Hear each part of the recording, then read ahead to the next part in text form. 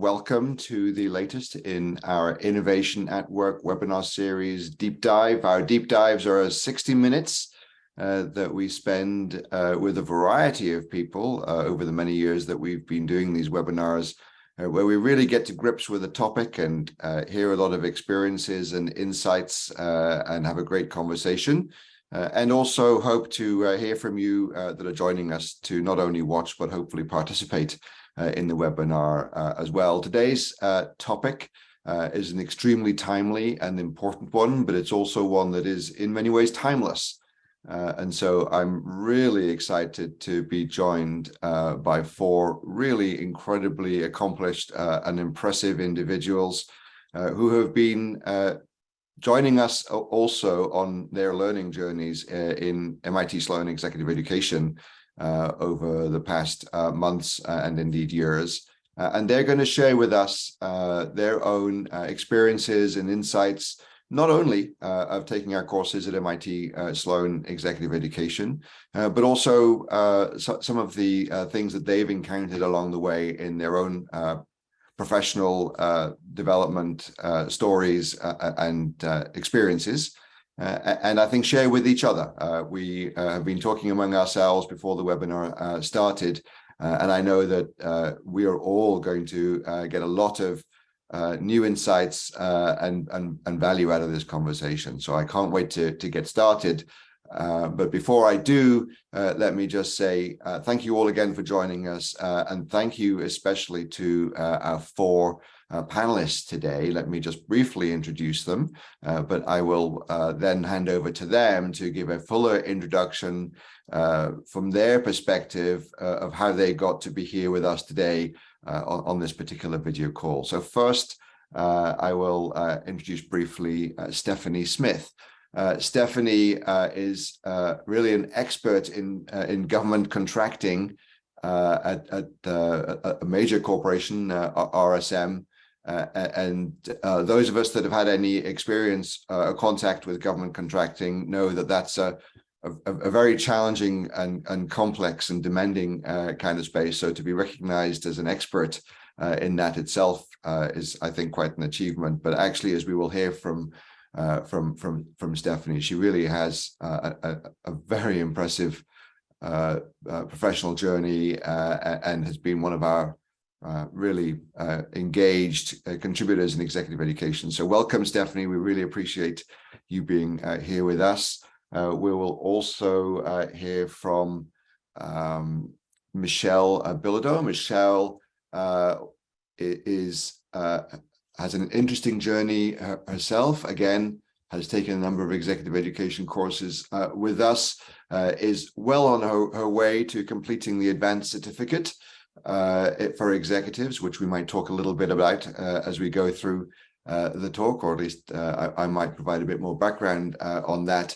And Michelle will share with us a very, I think, impressive and bold move that she made. She's actually really configured her professional life and her life around spending her time with us at MIT. So I'm looking forward to hearing more about that.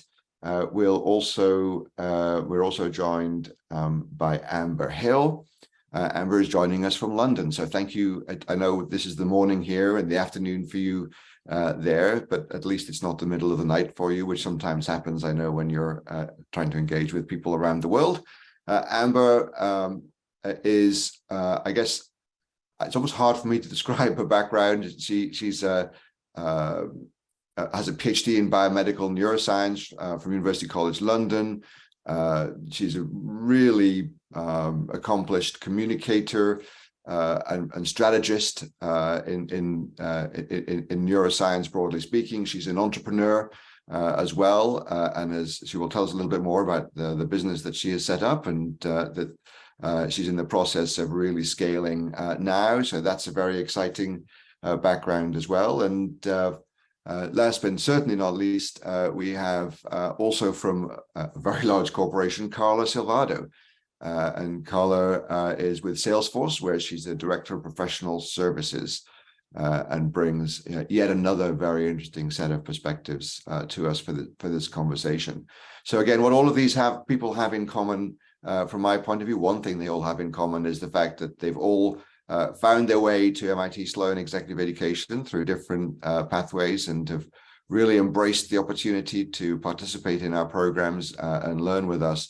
But what they also have in common that I've been learning from our conversations over the last few weeks is that they've got a very similar in some ways, but different in others, sets of challenges and opportunities that they have encountered and embraced and overcome, and are continuing to explore essentially and to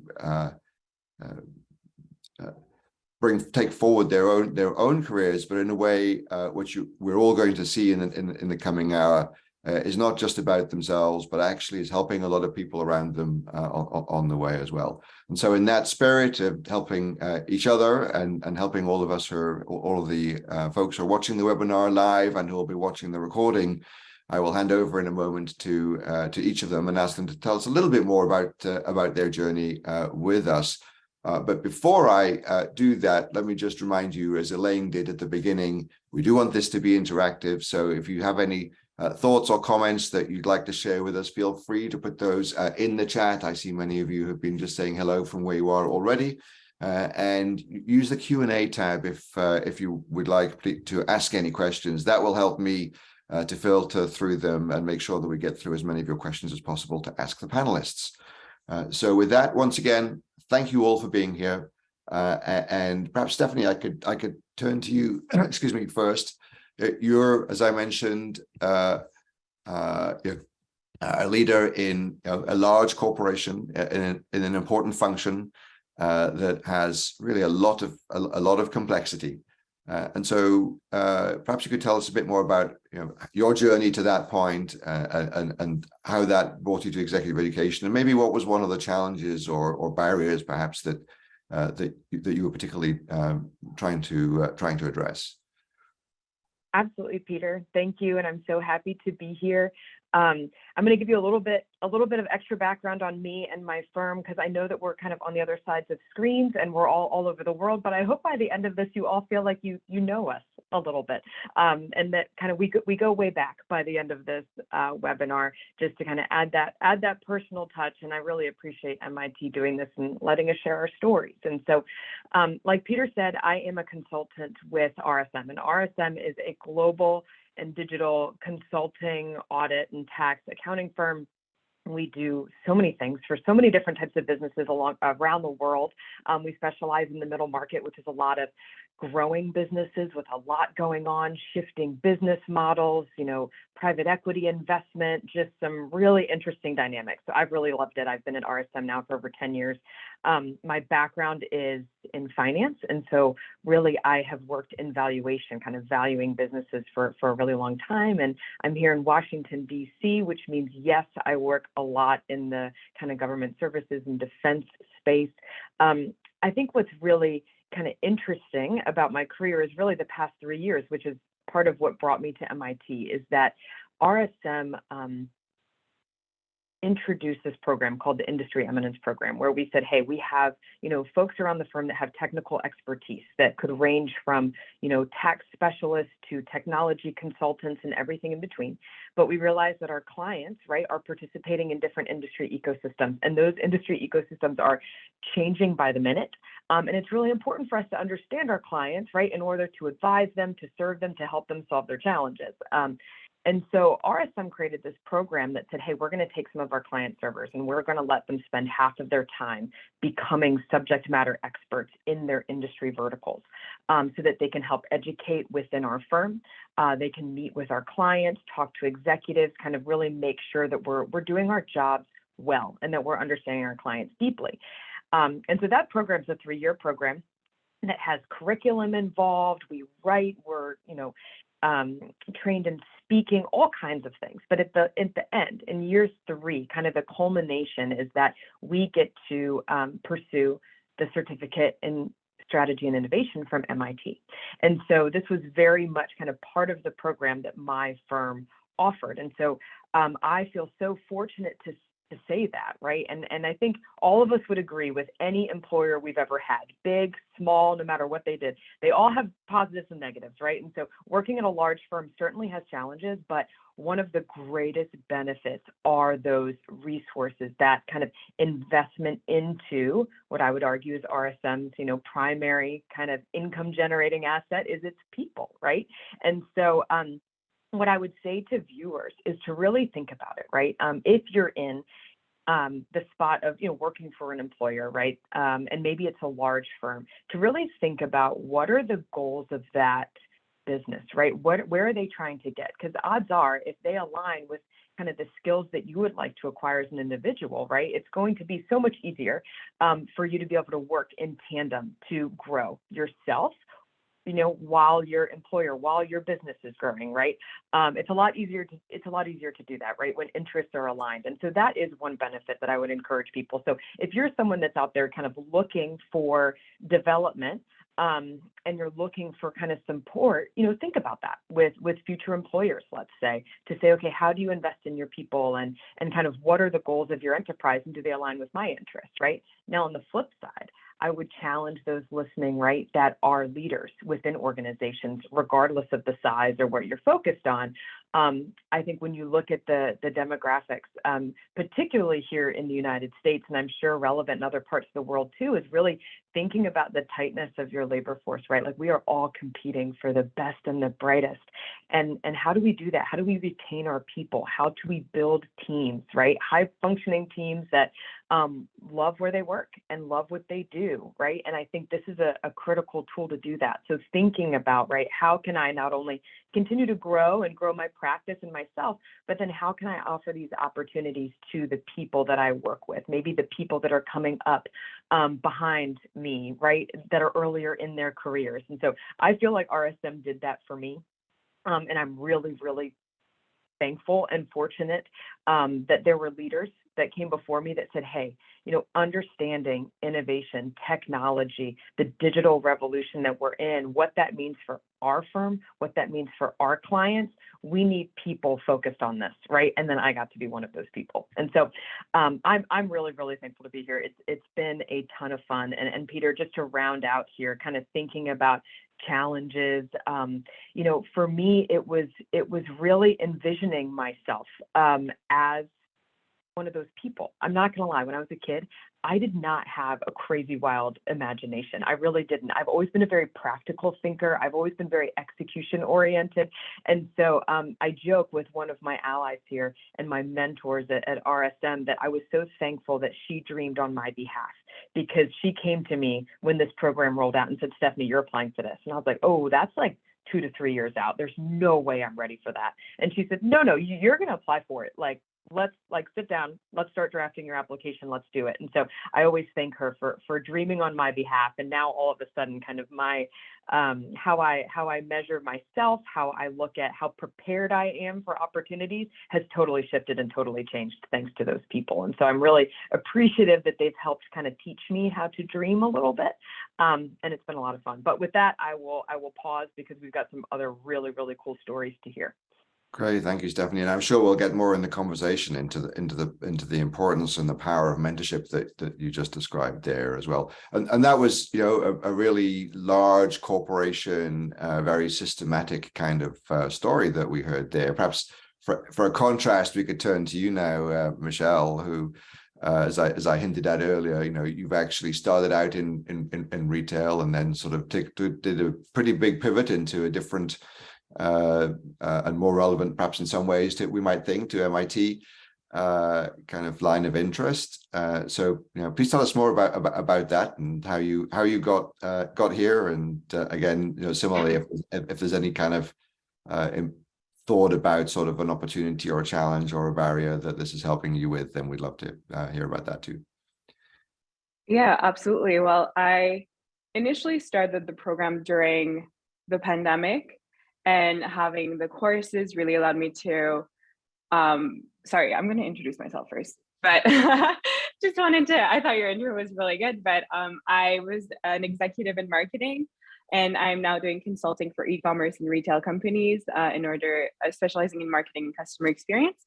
But how it all started is that I stumbled upon the program during the pandemic and was really interested in all the managing change courses and implementing change courses because of what everybody was living, right? I'm sure everyone in this webinar and the participants, everyone kind of felt the effects of the pandemic during those 2.5 years, and having those as in the leadership role, having to manage that within your team, within the organization was a bit of a challenge. So I was really impressed by how I could take on those classes and the managing challenges and then just go back to work and implement what we learned directly to be able to kind of make the transition to working remotely or working with a different team or just by Zoom and everything a lot easier. And then once the pandemic kind of stopped, I felt like I needed a new challenge, obviously. So I took a bit of a rogue approach and decided to quit my job and fully concentrate on the ACE program. It was something that was brought on to me by a mentor and by my support system. They were really encouraging me to do this, but to Stephanie's point. And so that was something that was super wild. I probably wouldn't have done it if I wasn't a bit pushed or encouraged to do so. But it's something that really changed my work today and how I grew as a leader, obviously. So I quit my job, moved to Cambridge for a couple of months, took in-person classes to complete my ACE program, which was a very, very interesting experience. The people that you meet, how you grow, all of the faculty, everyone really there to help or to just chat or to bounce idea of, that was just an incredible opportunity. So meeting all those people kind of allowed me to shift because I had a plan. Obviously, when I quit my job, I had like a follow-up, this is what I'm going to do. But meeting everybody and being able to chat and kind of discuss their own trajectory and their own careers really allowed me to dream bigger and see all other opportunities that I initially didn't think were possible. So doing that is what kind of pushed me to start consulting and seeing how that would be a big change for me, but it was actually very interesting. And I think the other thing that was really important to me and what kind of I wasn't expecting from being in the ACE program was how it does create a support system and you do meet people that can mentor you, and how mentorship and support system to me as a young leader within the industry, I think is something that is extremely important, and that's something that can completely be a game changer. Since then, having mentors and a big support system, not only did they push me to move to Boston for a while and just kind of go all in with the ACE program, but also it gives you access to role models. It obviously brings exposure to new idea and perspective. It brings in a lot of new opportunities, especially in business. I think is something that you can't really pass. I think that's a point that's super important.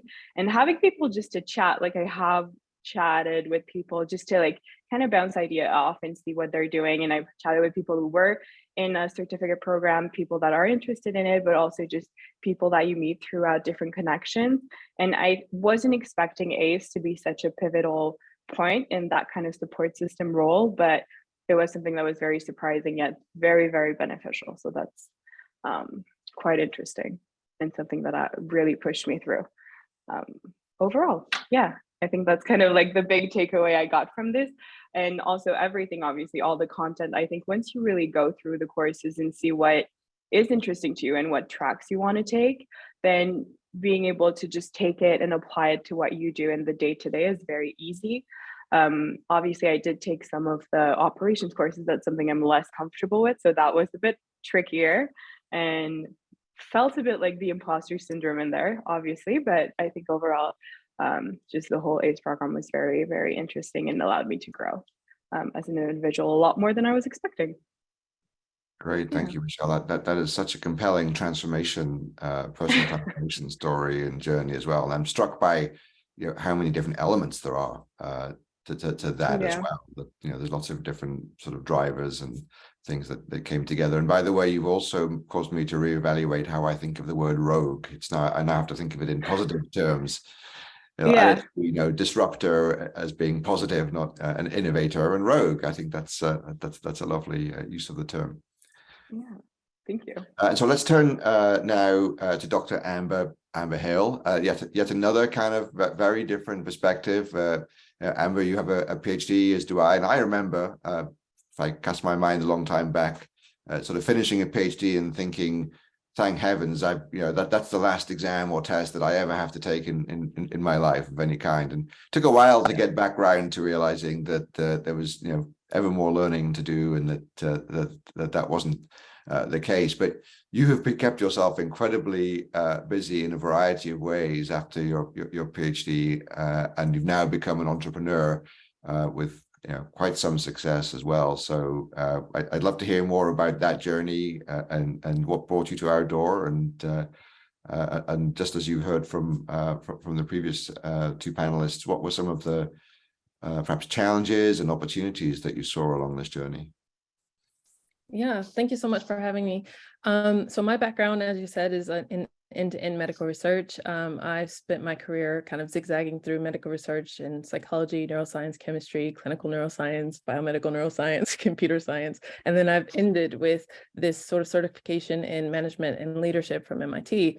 And how I've landed on this journey is a few years ago, I've started a nonprofit called Movement for Hope that then kind of led me after my PhD into one direction or the other. And I chose to go the entrepreneurial direction because I felt like I could make more impact in the world going that direction. And I enjoyed it so much. And so really just a short stint of my journey, I presented to the Royal Academy of Engineering. They took on my postdoc, and I did my postdoc in widening access to AI, widening access to research using artificial intelligence. And then from there, I went into Entrepreneur First, which then funded my pre-seed for my company. And I've since presented again to the Royal Academy of Engineering for their SHOT Leadership Program, which was a program that actually gave £10,000 to do any sort of leadership courses that you want. And so that led me to MIT. I really wanted to get something from it in terms of certification or, just making a mark with those funds. And the reason why I presented this direction is because we're scaling our company. So what Research Grid does is we streamline medical research processes from months to minutes using artificial intelligence and process automation. What that means is essentially we look at clinical trials and community engagement, and we try and make all of the processes that take months that are tedious and make them faster using AI. And so one of the things, as you heard from my degree background, is I love to learn. You wouldn't get where I am without having kind of loving to learn. But at the same time, it was beyond that, we needed to scale and grow. And I had several areas where there was a gap in my degree background that I just didn't know, for example, marketing, and there's a gap on our team. So I chose the course purely to fill those gaps that weren't covered in my degree background or my experience, and to kind of roll that on to my team in terms of leadership and sustainability as we grow and scale as a company. Challenges during the course was mostly around being an executive and having to travel. So I had to travel, I was traveling back and forth to California with meetings with pharma and New York and Boston. And so there are moments in the program where you have to be there in person or do a live online course. And so the biggest challenge for me was actually making sure that I could attend everything and scheduling in, blocking in that time for the assignments and really making myself focus and take in the information and actually generate something useful from it. So for me, my journey was quite different from Stephanie and Michelle. But at the same time, I think the challenges and the focus areas are pretty much the same. With all of us, we have to carve out that time to invest in ourselves. And, with this, it makes it so that it's possible. And I've completed the course and the certification in a few months' time. And it was really one of the best experiences. Looking back, I wish I had done more, I think at MIT. I know I've been across the road at your competitors, for courses and things, but I think it's been a wonderful experience. I've met a lot of people. It's added a lot of credibility, I think, to the fact that I can scale and grow a team. And I know that we're going to be talking about that a little bit later on, but I think it's fundamental if you are in an entrepreneurial position and you're leading a company to focus in on that management and leadership aspect to scale the people that are working for you. That's great, thank you. And yes, you're right. We're going to come back to several, I think, of the topics that you mentioned there, including. But it's great to hear from the perspective of an entrepreneur at that scaling time of the business, that how much importance you still attach to finding the time to invest in your own ongoing learning. I think that's a really important point, and something that entrepreneurs in particular often struggle with as they're looking at everything they have to do. Going back to pivoting back to sort of large businesses again, and there are not many that are larger. Let's turn to you, Carla Silvado. You're at Salesforce, where you're the director of professional services. So I take from that you spend a lot of time thinking about managing and leading others and enabling them to be successful. But this is a journey that for you and about you as well. So we'd love to hear more about your own journey. And I know that you're in the process of earning an ACE as well. So some of the things that we've already heard, I'm sure apply to you. But please tell us how you got here and what have been some of the big opportunities and challenges that you think that you faced. Sure. First, thank you for having me. I'm very honored to be with some awesome panelists, getting to know them better. And my journey to MIT, what brought me here was my own self-inflicted negative thoughts and imposter syndrome and all that, right? I am Brazilian, so moving to US, joining a big corporation like Salesforce was like my dream job, but I also had that imposter syndrome weighing on me. So I have an accent and I don't have a tech background, right? I went to school to international affairs. So I felt there was a gap, and searching for learning and working on the skills that I felt that I was lacking was my own recipe to overcome my imposter syndrome, right? Trying to focus on what I could control, and what I could control was like my level of effort and how much I prepared myself to become a better leader.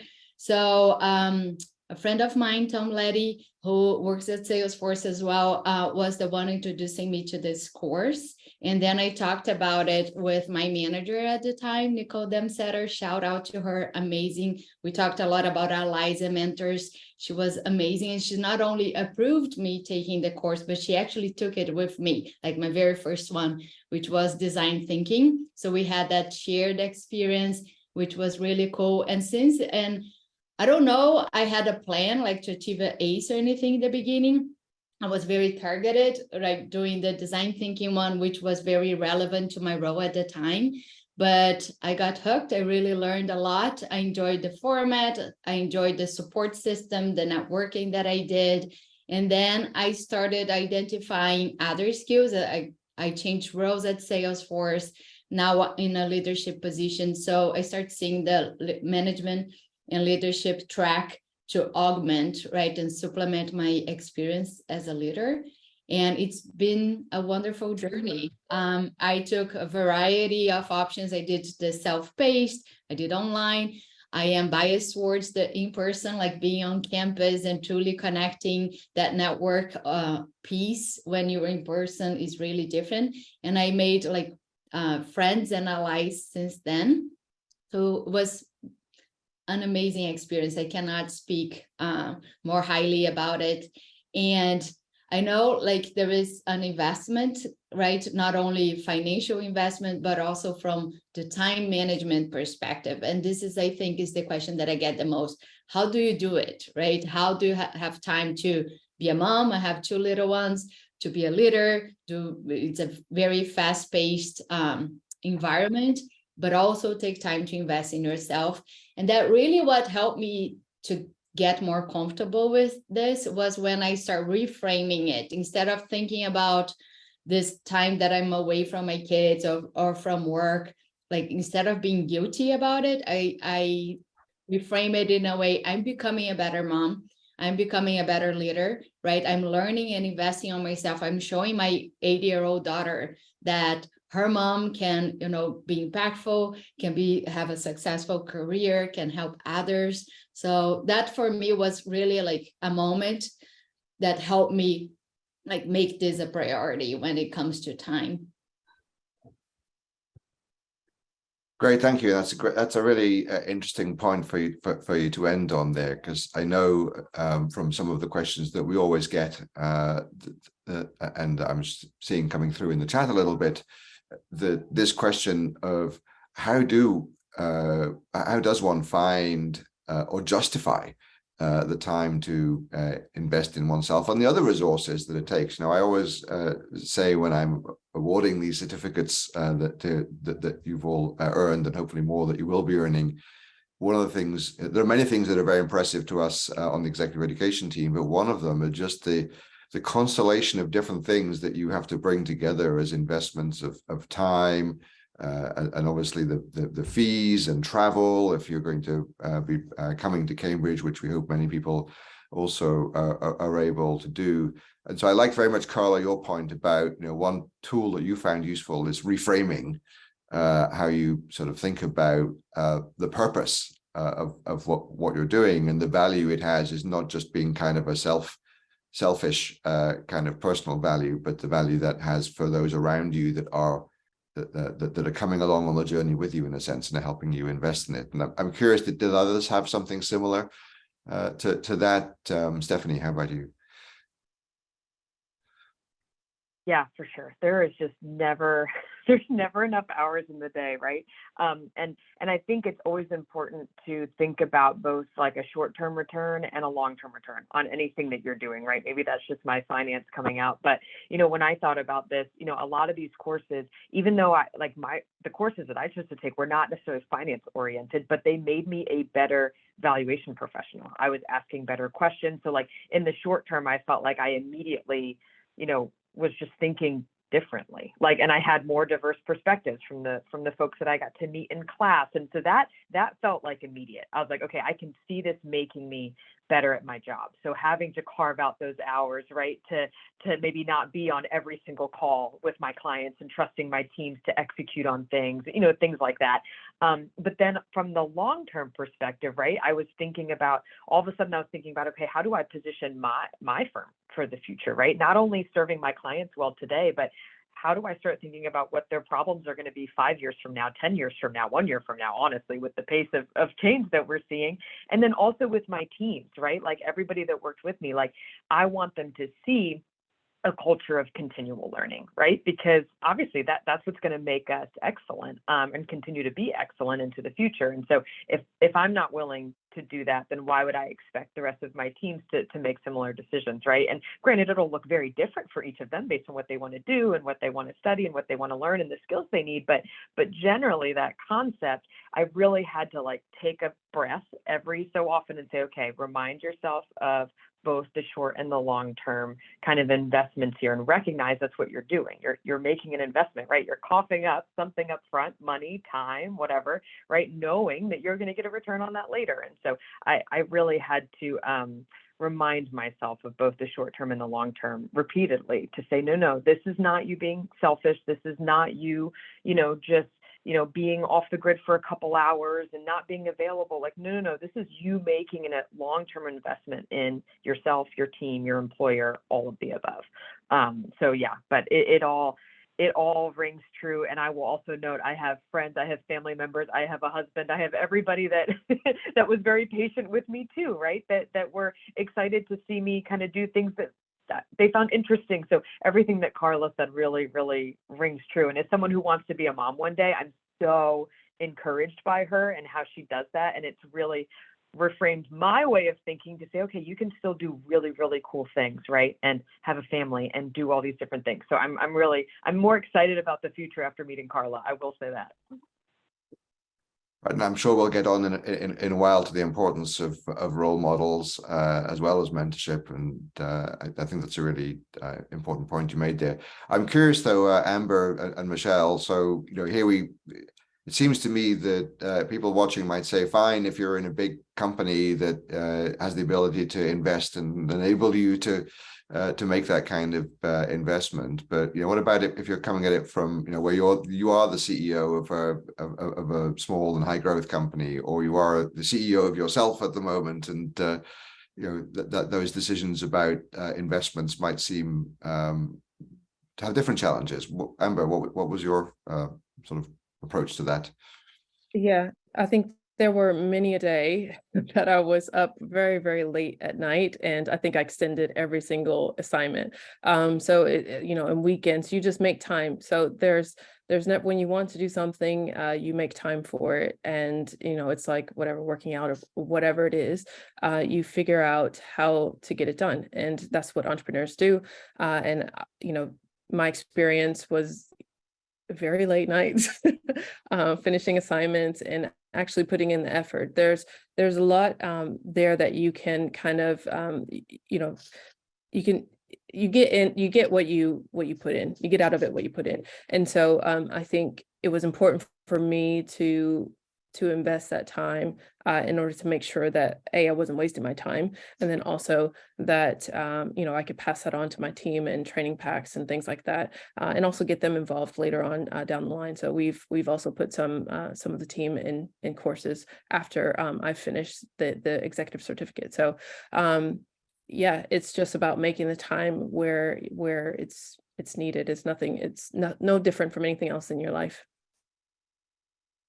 Yeah. And Michelle, you not only made time, you actually moved yourself to make this more possible. So you're in a perhaps unique situation, but I'm sure there are people watching that kind of are inspired by that, the courage to sort of make this transformational choice and to sort of take the plunge. And is there anything else that you can share about just how you got through that?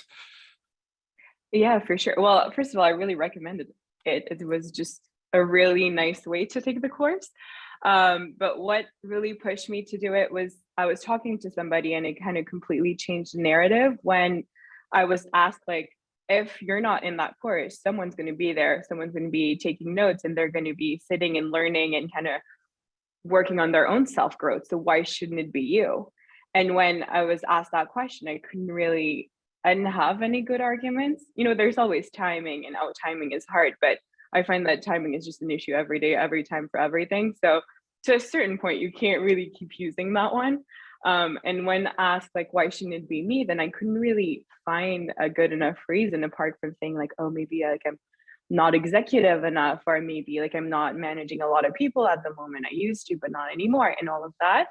So yeah, just changing the narrative. And when I started seeing it as why shouldn't it be me, then to me kind of made that shift a lot easier, and made moving to Cambridge a no-brainer, and how committing to doing the ACE program intensely for 2 months, it just all clicked and made sense for me at that point.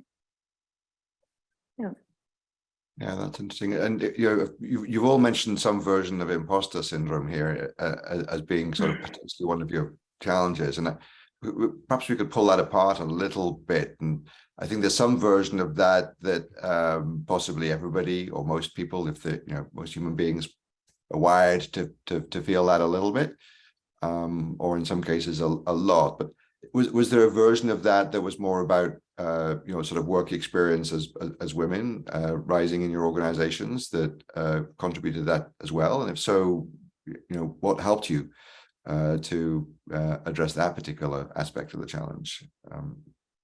Stephanie, you're nodding, so perhaps you've got a thought about that. Sure. Yes, I'll say I'm fortunate in that I've worked on many teams that have all been excellent. Some have been all male teams, right? Being in finance, I remember when I was first hired and as a valuation associate, I was one of the first associates they hired, and I think the only female in our whole region. But again, I was fortunate that the gentlemen I worked with were amazing. They were excellent.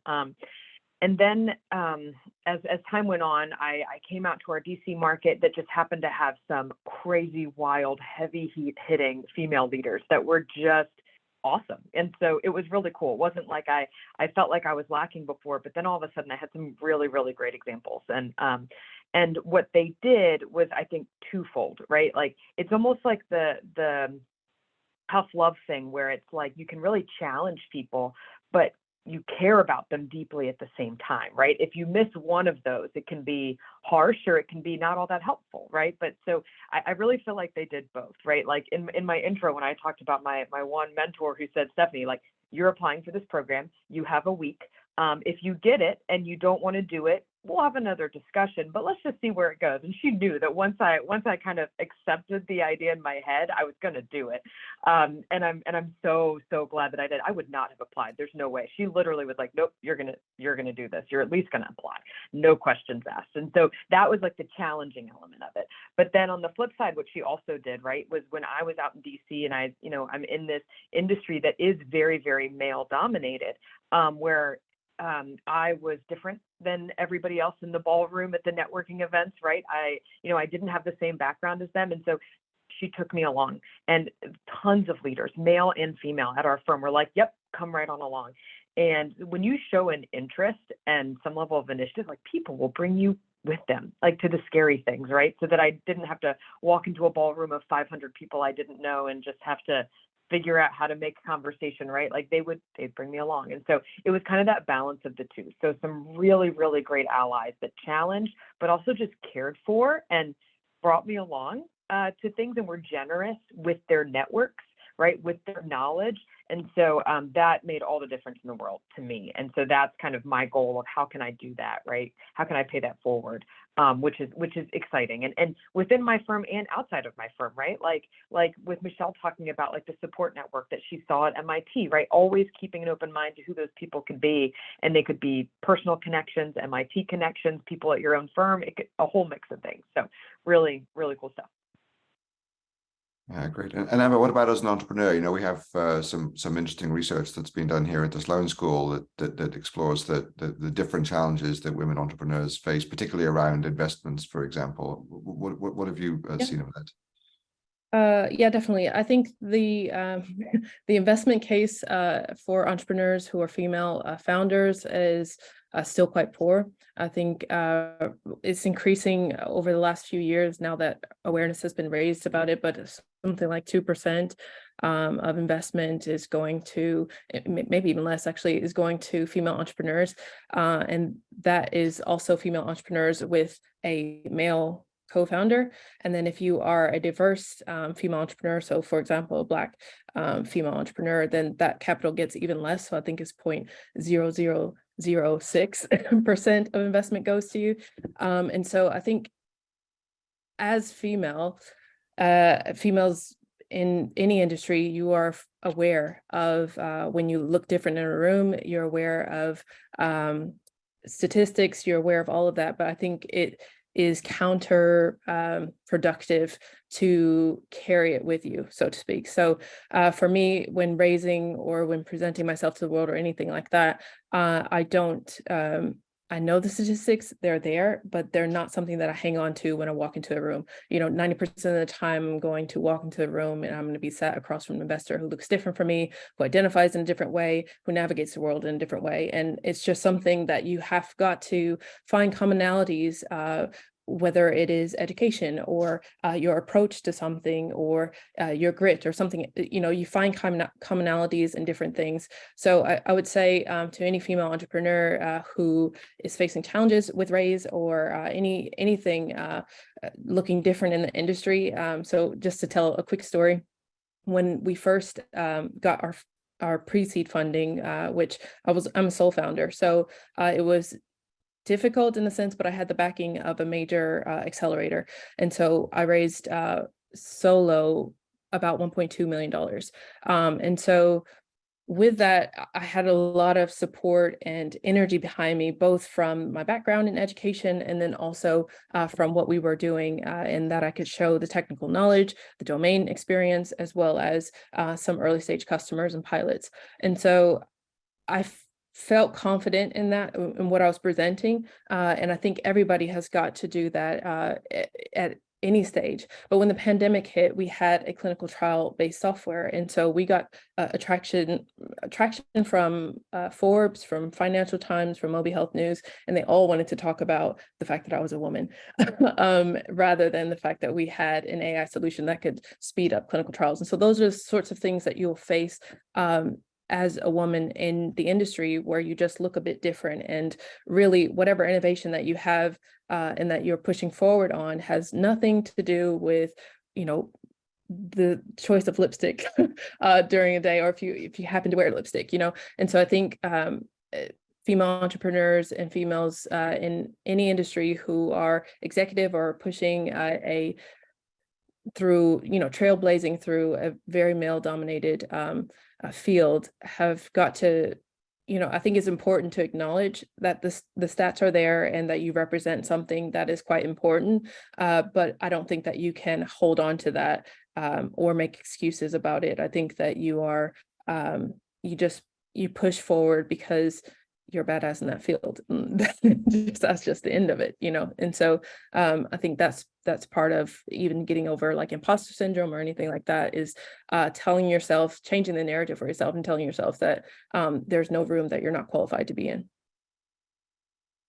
And to add to Amber's comments, right, about I am Latina and women in tech, so not a lot of rooms have many people like me.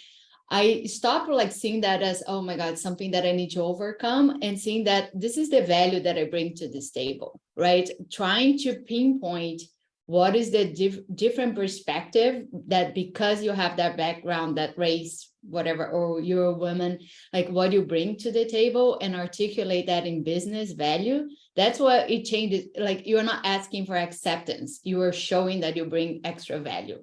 So I think that is also something we need, again, reframing, right? Not trying to, oh, I need to adapt to this. It's what do I bring that is my differentiator?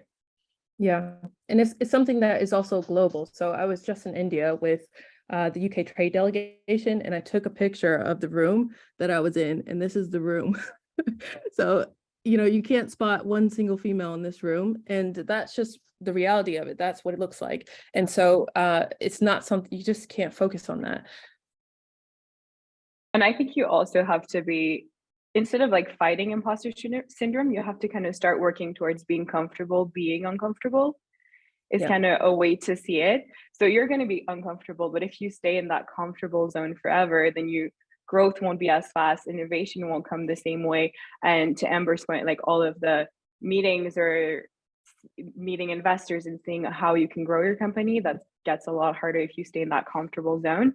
But once you start working into being comfortable in an uncomfortable situation, then I find that kind of pivots, and you kind of reframe the narrative as well and see it in a different light.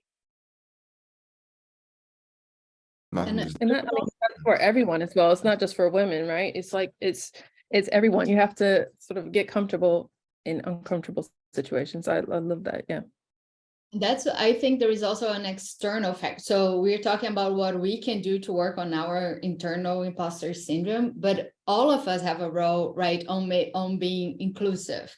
It's either different races, gender, whatever, like, but making that space, right, being aware that not everybody will speak up or not, right, and creating that room. Like, there was something that happened on the MIT course that I went in person that I thought the facilitator, so I took questions or the answers on campus with Hal, and he was incredible on making sure everybody had a room to speak up, but not putting people on the spot, right? Sometimes you just don't want to be called out. Don't make me go first. So all of us, I think, whatever, if you're male, white, not whatever, we all have a role on making sure we are making room to everybody and bringing others along as well. Yeah, maybe we could explore that a little more, because you know, a few of you have touched on how you've benefited from allyship and sponsorship and role models, but actually you all are incredible sort of allies and sponsors and role models. I think everybody watching is incredibly inspired by what you've shared so far. So what are some of the things that each of you, you know, consciously do to, as Carla just mentioned, make sure that you are paying it forward, you're helping develop those that you have the opportunity, either directly or indirectly, to help and influence in that way. And in so doing, it is sort of, I think, a virtuous thing to do in its own right, but it's also enlightened self-interest, because obviously it's good for the organizations and for your businesses to develop that talent and get the most out of that talent pool, particularly where, as one of you said, talent is so scarce. We're all struggling to recruit and retain the best people. So, what are some of the things that each of you are doing? And again, maybe Stephanie, you're nodding, so let's start with you. Sure. Yeah, I mean, when I think about the world that we live in, the digital revolution, kind of everything, the pace of change, right? There's a lot of exciting things coming, right? Like, we're all reading the headlines around ChatGPT and generative AI and a million other things, right? Like, there's just so many cool technologies and just things happening, right? And so, but at the same time, right, like, we are also humans. And so to me, this is an incredible way to not only keep the humanity in things, but to really invest there, to say, like, there's these amazing technologies that we are going to leverage to make our world better, to innovate, to do all these cool things. So I'm going to use this opportunity to say, okay, the people that are in my sphere, whatever that looks like. Let's say it's folks that work for you, or I'm a career advisor to people, right? It's trying to say, okay, how do I equip these people for the future, right? And sometimes I may know the answer to that, but more often than not, it's literally shutting my mouth and listening, right? And really deeply getting to know who these individuals are, what they're interested in, what their strengths are, what their weaknesses are, right? And then taking that information, putting it, comparing it to kind of, okay, what we're seeing, what our needs are, what our firm's trying to do, right? And finding that place, right? And so I think, sometimes all these things can make you nervous, like, oh my gosh, things are changing so fast. Like, our firm's going to look totally different in 2 years. Like, being excited about that and being like, this gives me great things to talk about with my employees, as opposed to just like a check the box exercise of, yes, you filled out this form, or you wrote this report, or you delivered this deliverable. Like, no, like, I want to know what you want your role to be in the change that we're about to see. And it just makes for great conversations. And by the end of it, you're like, people deeply, even if they're across the world or across the country through screens. Like, content and discussion topics that deep, like, all of a sudden you become a lot more kind of ingrained, and each other well, strong relationships. And so I think it's a great opportunity for talent investment, retention, all of that, if we really kind of listen, look at people as individuals, right, and then go from there. Yeah, and Amber is someone that's building a company and a team. What's your take on this? I'm fortunate that my staff like to work for me, so everyone has been there for over 2.5, 3 years now. And so I think I've learned a lot in that space. So I started off as a sole founder, so I had to build the team from scratch.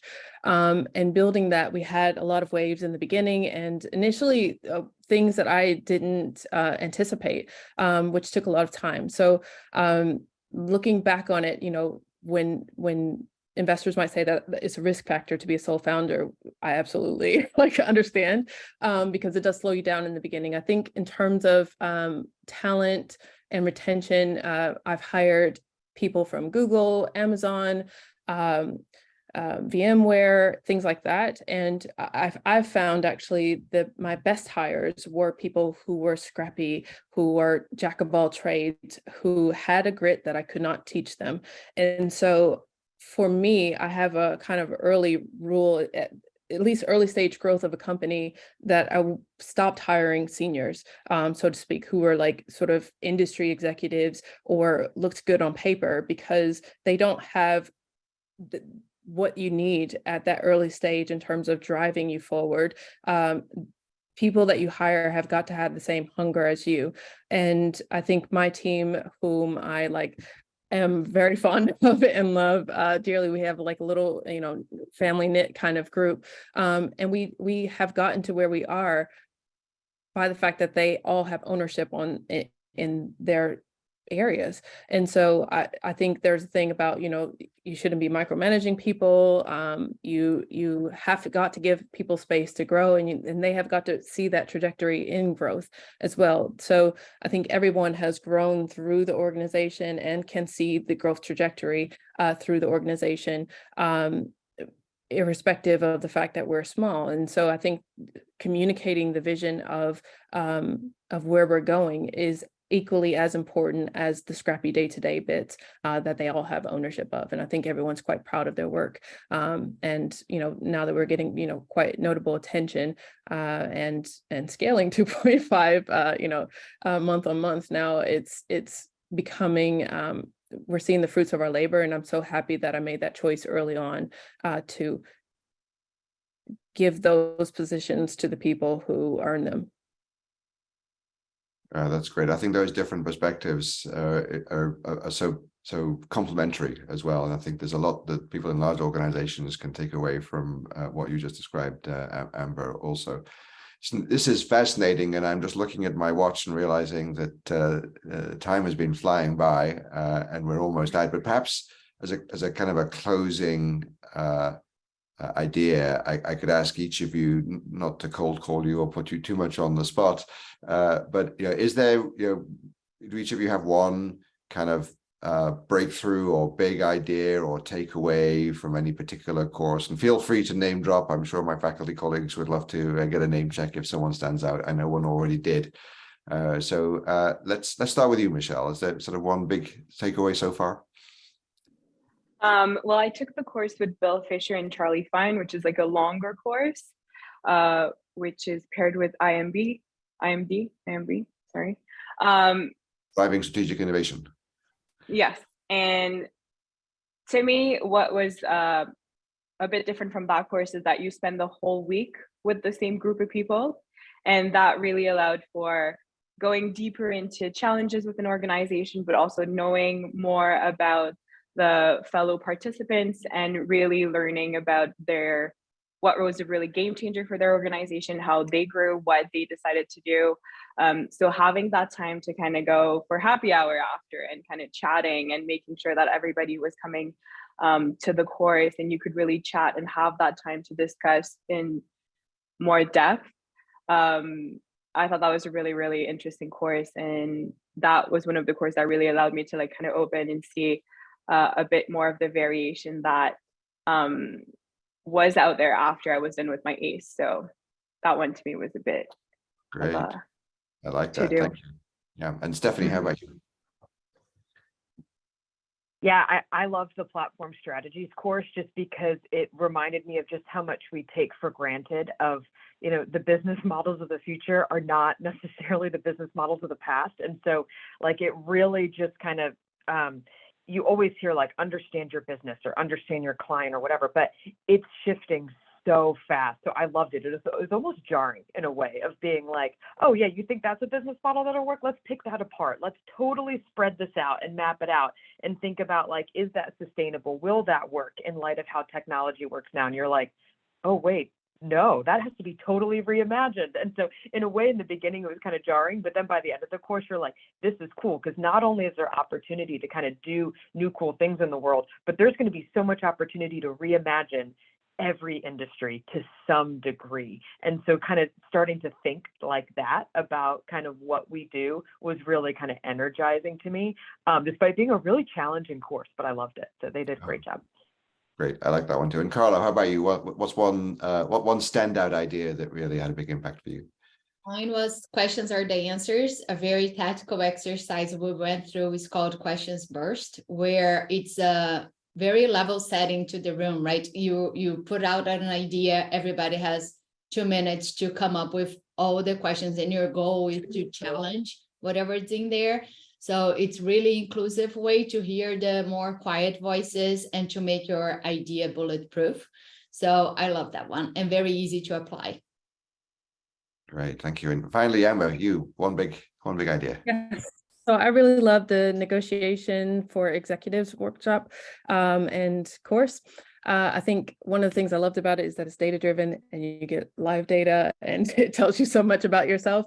But what stood out from me that I've taken away and implemented in my company is the idea of creating value and claiming value as equally important and generating the most value for everyone. And so I think a lot of times in negotiation, we think that claiming value for your company or getting the best deal is best for the company or best for you, when actually creating value for whoever the client is equally as important, so that they feel invested in it, they feel like they are getting a good deal, and actually it generates a long-term relationship, a lot more than what you could do by just claiming value. And it's so easy to claim value when you know the value that you give to the customer. But I think that concept of creating more value for the customer has been kind of game changing for us in a way. Yeah.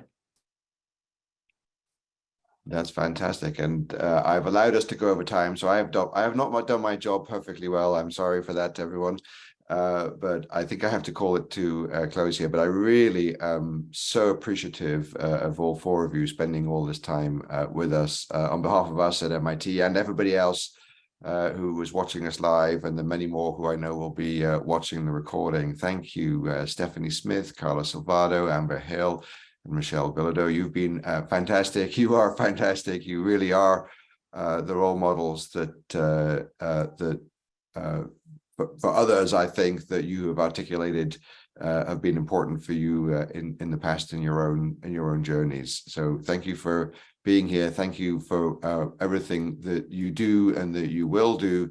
And just on a final note from my colleagues at MIT Sloan Executive Education, we do have a new women's leadership program coming up, the first run on June the 20th to the 23rd on campus. So those of you who said that coming to campus is a particularly meaningful part of the experience, perhaps we'll get to see some more of you for that program. The information is up on the screen right now, and that's a very exciting new program led by two of our very accomplished and thoughtful women faculty here at the MIT Sloan School. So with that, I think it's time for us to say goodbye. I hope that you will all join us again for future Innovation at Work webinars. But for now, it's good night, good day, good afternoon, good morning, wherever you are from MIT and from our wonderful panelists who are themselves around the country and the world, and to all of you, our watchers and listeners around the world as well. Thank you so much, everyone, for being here. Thank you, panel, for your time and your thoughts and your wisdom, from which I certainly have learned a lot. Thank you so much for for having us. Yeah.